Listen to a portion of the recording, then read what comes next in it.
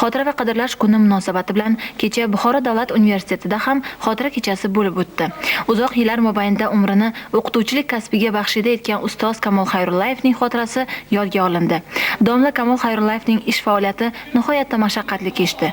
Tinimsiz besabab tergashlar, so'roqlar domlaning ilmiy izlanishlariga ham o'z ta'sirini ko'rsatmay qolmadi. Ammo shuncha qiyinchiliklarga qaramay, Kamol Xayrullayev Dorul Omon kunlar kelishiga ishonib yashadi. Xotira kechasida domlaning hayot yo'li sahna ko'rinishlarida ifodalandi. Kamol aka hayot bo'lganlarida bu yil 90 yoshga to'lgan bo'lar edilar. Tadbirda domlaning yaqinlari, do'st birodarlari, shogirdlari, qarindosh urug'lari ishtirok etdilar. Unda universitet rektorining o'rinbosari Oltin Yoriyev, pedagogik markaz dekani Melis Mahmudov, domlaning o'g'il qizlari so'zga chiqib, Kamol Xayrullayev amalga oshirgan ishlari, sermazmun hayoti haqida to'lqinlanib gapirdilar.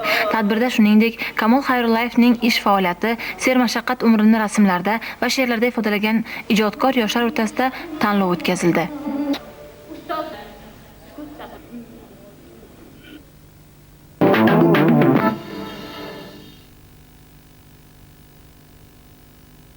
Ayolsiz hayot tongi va oqshomi zaif. Uning mavjudligining o'zi bir baxtdir. Ammo nopok harakatlarni amalga oshiruvchi ayrim ayollarning o'z hayotini yaxshi yo'lga o'zgartirish o'rniga qayta jinoyat sodir etishi ayol sha'niga dog' bo'lib tushmoqda. Toki yer yuzida bittagina ayol mavjud ekan, u haqda hamisha nimadir yangi gap aytish mumkin, degan edi Bufler. Shunday ekan, ayolning pokiza qalbini pokiza tuyg'ular hech qachon tark etmasin.